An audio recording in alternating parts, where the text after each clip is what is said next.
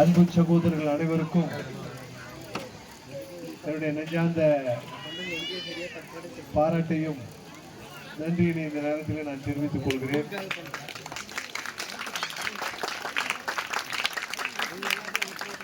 இந்த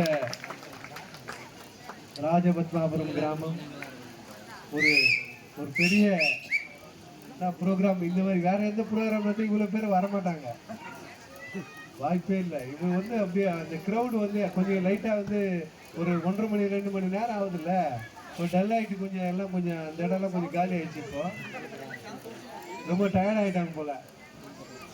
எத்தனை மணிக்கு நடக்குது?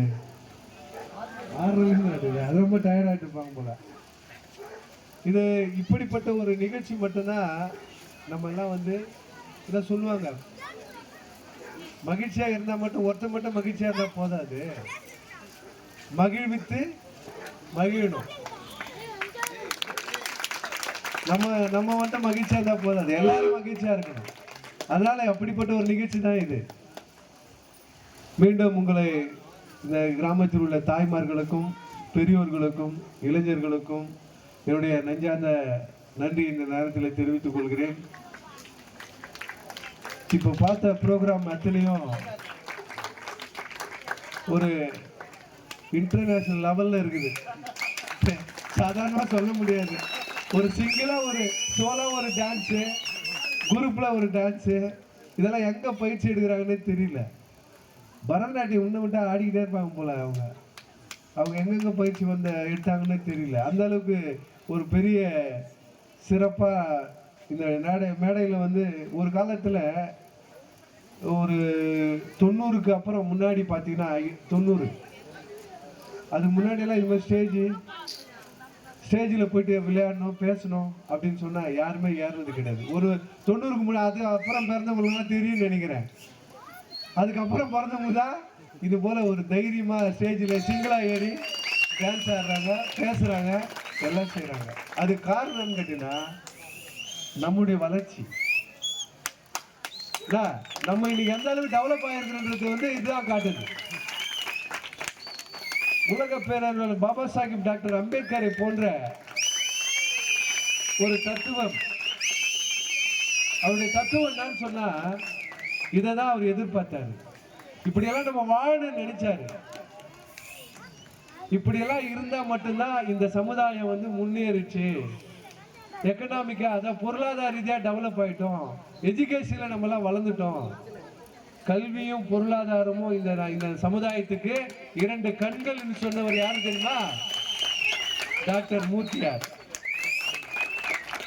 புரட்சியாளர் பாபா சாஹிப் டாக்டர் அம்பேத்கரை பற்றி இது போல ஒவ்வொரு கிராமத்தில் பேசி பேசி பேசி நம்முடைய வளர்ச்சியும் இந்த சமுதாயத்தினுடைய வளர்ச்சியை ஒவ்வொரு கிராமத்தில் போய் சொன்னவர் பேசினவர் யாருன்னா டாக்டர் மூர்த்தியார் தான். இந்த ஊர்ல கூட பிரச்சனை இருந்தது. இந்த ஊர்ல நமக்கெல்லாம் உங்களுக்கெல்லாம் தெரியாது, பெரியவங்களுக்கெல்லாம் தெரியும் இவங்கெல்லாம் எப்படி வாழ்ந்தாங்க. இன்னைக்கு பாருங்க என்ன ஒரு நம்முடைய செல்வாக்கு என்னன்றது வந்து இந்த நிகழ்ச்சி தான் காட்டும். இதை ஏன் சொல்றேன்னு சொன்னா ஒருங்கிணைக்கிறது சாதாரண விஷயம் கிடையாது. நிகழ்ச்சின்னு சும்மா சொல்லிடலாம், வீட்டில் உட்காந்து சில பேர் பேசிட்டு தான் இருப்பாங்க, இவங்களுக்கு வேற வேலை இல்லைன்னு. அது கிடையாது. வருஷத்துல ஒரு நாள் பொங்கல் திருநாள் இந்த நிகழ்ச்சியில நம்ம எல்லாம் வந்து எப்படி இருக்கிறோம், ஜாலியா பார்த்துட்டு இருக்கிறோம். இந்த மாதிரி ஒரு நிகழ்ச்சி ஏற்பாடு பண்ண எவ்வளவு ரிஸ்க், எவ்வளவு கஷ்டம் தெரியுங்களா? பல வருஷமா நானும் அது போராடிட்டு தான் இருக்கிறோம். அதனால அன்பு தம்பிகளுக்கு மீண்டும் ஒரு முறை நான் நன்றி சொல்லணும். ஆகவே புரட்சியாளர் பாபா சாஹிப் டாக்டர் அம்பேத்கரை போன்ற ஒரு மிகப்பெரிய ஒரு தலைவர் நம்ம சமுதாயத்துக்கு கிடைச்சவர். இந்த சமுதாயம் அப்படிப்பட்ட ஒரு தலைவர் இல்லைன்னு சொன்னால் நம்மலாம் இன்னைக்கு இந்த மாதிரி ஒரு தைரியமாகவும் நல்ல ஆரோக்கியமாக வாழறதுக்கும் பொருளாதார ரீதியாக நம்ம டெவலப் ஆகிறதுக்கும் நீங்களாம் ஒரு எக்ஸாம்பிள். மிகப்பெரிய ஒரு நீங்கள் பார்த்தீங்கன்னா இந்தியாவிலே வந்து அப்படிப்பட்ட ஒரு தலைவர் இல்லை. உலகமே இன்னைக்கு வந்து பாபா சாஹிப் பற்றி பேசுகிறாங்க. இன்னைக்கு தமிழ்நாட்டில் வந்து அவருடைய கருத்துக்களை, அவருடைய இது வந்து ஒட்டுமொத்தமாக எல்லாருக்கிட்டையும் போய் சொன்னவர். அவர் வந்து இந்த ஜாதிக்கு மட்டும் ஒரு தலைவர் கிடையாது. ஆனா ஒரு சிலர் நினைக்கிறாங்க பாபா சாஹிப் வந்து அவர் அந்த சமுதாயத்துக்கு மட்டும்தான் தலைவர் நினைக்கிறாங்க. ஆனா அப்படி கிடையாது. அவர் வந்து இந்தியாவில் இருக்கிற அத்தனை சமுதாயத்திற்கும், எத்தனை சமுதாயம் எத்தனை ஜாதி இருக்குது அத்தனை ஜாதிக்கு ஒரு மிகப்பெரிய ஒரு தலைவர்.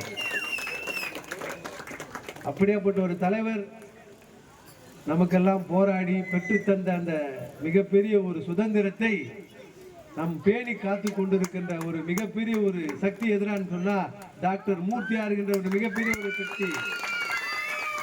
நாமெல்லாம் இன்னைக்கு தலை மீது வாழறோம். நம் சகோதரர்லாம் இன்னைக்கு எந்த அளவுக்கு இருக்கிறாங்க அப்படின்றத வந்து நம்ம நடைமுறை வாழ்க்கையில நம்ம தினம் தினம் நம்ம பார்த்து கொண்டு இருக்கிறோம். அப்படிப்பட்ட ஒரு தலைவர் டாக்டர் மூர்த்தியார். புரட்சியாளர் என்று சொல்கின்ற ஒரு தத்துவத்திற்கு இலக்கணமாக வாழ்ந்தவர். தன் உயிரையே இந்த சமுதாயத்திற்காக தியாகம் செய்தவர். உண்மையா சொல்லுன்னு சொன்னா இன்னைக்கு எத்தனை தலைவர் வந்தாலும் சரி, டாக்டர் மூர்த்தியாரை போன்ற ஒரு தலைவர் இந்த மண்ணில பிறக்கவே முடியாது. அதுக்கு காரணம் என்னன்னு சொன்னா தியாகம். தன்னை தியாகம் செய்து கொண்டு இந்த சமுதாயத்தை வளர்த்து விட்டவர். நான் இல்லைன்னா கூட பரவாயில்ல, இந்த சமுதாயம் நல்லா இருக்கணும் அப்படின்னு சொல்லி நினைச்சு அல்லும் பகலும் அயராது உழைத்து இந்த மக்களுக்காக வாழ்ந்து மறைந்தவர் டாக்டர் மூர்த்தியார். இன்னைக்கு இந்த புரட்சி பாரதம் இயக்கம் இந்த சமுதாயத்துக்கு என்றென்றும் பாதுகாப்பாக இருக்க வேண்டும் என்று சொல்லி இயக்கத்தை உருவாக்கியவர். இன்றைக்கு இளம் புரட்சியாளர்கள் தொடர்ந்து சட்டமன்றங்களிலே இந்த சமுதாயத்தினுடைய வாழ்வாதாரத்திற்கு இன்றைக்கு தொடர்ந்து குரல் கொடுக்கின்ற ஒரு தலைவராக திகழ்ந்து கொண்டிருக்கிறார் இளம் புரட்சியாளர் ஜெகன்மூர்த்தியார். இதையா சொல்றேன்னு சொன்னா இன்னும் நம்முடைய வளர்ச்சி மேலோங்க வேண்டும். நம்முடைய வளர்ச்சி இந்த சமுதாயத்தினுடைய எஜுகேஷன், அதாவது கல்வி என்கின்ற மிகப்பெரிய ஒரு பொற்காலத்தை, நம்முடைய கல்வி என்கின்ற மிகப்பெரிய ஒரு பொற்செல்வத்தை நம் சமுதாயம் அடைய வேண்டும். அப்படி அடைந்தால்தான் முழுமையாக நாம் வெற்றி பெற்றதாக கருத முடியுமே தவிர, அப்படி இருக்கின்ற ஒரு தருணத்தில் அருமை சகோதரர்கள் இப்படிப்பட்ட ஒரு நிகழ்ச்சி ஏற்பாடு செய்திருக்கிறார்கள்.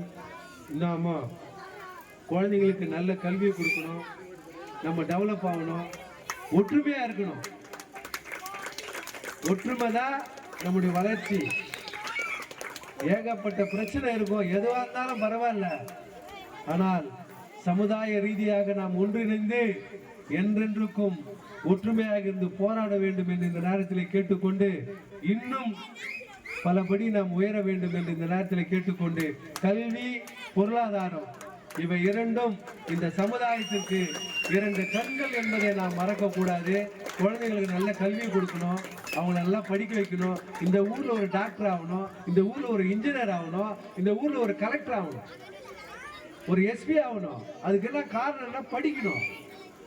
எல்லாரும் நல்லா படிக்க வைக்கணும். இளைஞர்கள் தயவு செய்து சொல்றேன், இன்றைக்கு 16 வயசு இளைஞர்கள்லாம் கெட்டு போறாங்க. அதுக்கு காரணம்னு கேட்டீங்கன்னா எங்கேயோ இருந்தது, இன்னைக்கு நம்ம ஊர்லயே தப்பு தப்பான விஷயங்கள்லாம் நடக்குது. அது காரணம்னு கேட்டீங்கன்னா, அதாவது வளர்ந்துச்சு, இந்தியா வளருது, ஆனா தவறான முறையில வளரக்கூடாது. அந்த கெட்ட பழக்கங்கள் எல்லாம் நாம் ஈடுபடக்கூடாது. நம்ம இளைஞர்கள் ஒழுக்கமானவர்களாக திகழ வேண்டும். ஒழுக்கம் தான் நம்முடைய வாழ்க்கையை முன்னேற்றம் அடையும். ஒழுக்கம் சாதாரண விஷயம் கிடையாது. டிசிப்ளின்ன்றது வந்து குழந்தையிலிருந்தே அது குழந்தைக்கு கற்றுக் கொடுக்கணும். அந்த டிசிப்ளின் அந்த குழந்தைக்கு கத்துக்குச்சுன்னா சின்ன வயசுல இருந்தே மேலோங்கி மேலும் அதிகமாக அவங்களுடைய வாழ்க்கை தரம் வந்து மாறி ஒரு நல்ல லைஃப்ல செட்டில் ஆவாங்க. அதனால தயவுசெய்து சொல்ற இளைஞர்கள் வந்து ஒழுக்கமான முறையிலே நாம் வாழ கற்றுக்கொள்ள வேண்டும். பெற்றோர்கள் சொல்வதை, பெற்றோர்கள் என்ன சொல்றாங்களோ அதை கேட்கணும். ஒரு மாணவன் ஒருவன் படித்தால் அந்த குடும்பம் மிகப்பெரிய ஒரு எழுச்சியை உருவாக்கும். படிக்கணும், படிப்பை தவிர வேற எதுவுமே கிடையாது நமக்கு. அந்த படிப்பு மட்டுமே நம்முடைய வாழ்க்கை தரத்தை உயர்த்தும் என்று இந்த நேரத்தை கேட்டுக்கொண்டு, அது மட்டுமல்லாமல் இந்த நிகழ்ச்சி ஏற்பாடு செய்திருக்கின்ற அன்பு சகோதரர்களுக்கு மீண்டும் மீண்டும் நான் ஒருத்தர் பேர் சொல்ல விரும்பல. என் அருமை தம்பி ஜெயசீலன் இருந்திருந்தால் நான் என்ன செய்யணும், நான் என்ன செய்யணும்னு நினைக்கிறேனோ அதை உடனே வந்து நானும் செய்வேன் அப்படின்னு சொல்லி என் கூட போட்டி போட்டு செஞ்சவன் தான் ஜெயிச்சிருக்கேன். இந்த நிகழ்ச்சி இந்த ஊர்ல நடக்கிறான்னு சொன்னா அருமை தம்பி ஜெயசீலன் தான். அவன் எவ்வளவு பிரச்சனை இருந்தாலும் சரி, எவ்வளவு பெரிய ப்ராப்ளம் இருந்தாலும் சரி, ஆனா அதெல்லாம் கிடையாது. எப்படின்னா இந்த நிகழ்ச்சி நான் பொங்கலுக்கு நட்டி அவனு சொல்லி எல்லாம் சொல்லுவான். ஆக அவன் வந்து சாதாரணமா இறக்கல, எல்லார் மனசிலையும் விதைக்கப்பட்டிருக்கிறான். ஒரு சிறந்த ஒரு புரட்சியாளனாகத்தான் நாம் கருத வேண்டும். உண்மையா சொல்லணும்னா ஜெயசீலன் வந்து எல்லாரும் நம்ம மறக்க முடியாது. என்றென்றைக்கும் நம் உயிர் உள்ளவரை அவன் மனதில் எப்பொழுதுமே நம் மனதில் இருந்து கொண்டிருப்பான் என்பதை நாம் நினைவில் வைத்துக் கொண்டு, அருமை தம்பிக்கு இப்படிப்பட்ட ஒரு நிகழ்ச்சி ரொம்ப பிடிக்கும். ஆகவே அவன் நினைச்சது நம்மளாம் இப்படியெல்லாம் வாழணும்னு நினைச்சான். என்கிட்ட அடிக்கடி பேசுவான், இந்த ஊரை மாத்தணும்னுவான், இந்த ஊர்ல இருக்கிற மக்களுக்கு நல்ல கல்வியை கொடுக்கணும்னு சொல்லுவான். அடிக்கடி என்கிட்ட இதான் பேசுவான். அப்படிப்பட்ட அருமை தம்பி இன்றைக்கு நம் இடத்தில் இல்லை என்று சொன்னாலும் அவன் புகழ் என்றென்றும் இந்த உலகம் இருக்கவரை வாழ்ந்து கொண்டிருக்கும். இந்த நேரத்தில் கேட்டுக்கொண்டு ஒற்றுமையாக இருந்து போராடுவோம், வெற்றி பெறுவோம் என்கிற நேரத்தில் தெரிவித்துக் கொண்டு அமர்ந்திருக்கின்ற அத்தனை தாய்மார்களுக்கும் பெரியவர்களுக்கும் சகோதரர்களுக்கும் அருமை தம்பி சீர் சொன்னா போல ஒற்றுமையா இருங்க. கண்டிப்பா வருகின்ற தேர்தலில் நம்ம வெற்றி பெறுவோம் என்று கூறிக்கொண்டு அனைவரும் எந்த ஒரு இல்ல, அதாவது வந்து சாதாரண விஷயம் கிடையாது. இது நான் சத்தியமா சொல்றேன், சாதாரண விஷயம் கிடையாது. இவ்வளவு நேரம் ஒரு நிகழ்ச்சி நடக்குதுன்னு சொன்னா, இந்த நிகழ்ச்சி ஏற்பாடு செய்யணும்னு சொன்னா அது மிகப்பெரிய ஒரு ஹிஸ்டரி தான், வரலாறு தான் அது. ஆகவே அருமை தம்பி அனைவருக்கும் ஏற்பாடு செய்திருக்கின்ற அருமை தம்பி சரவணன் தான்.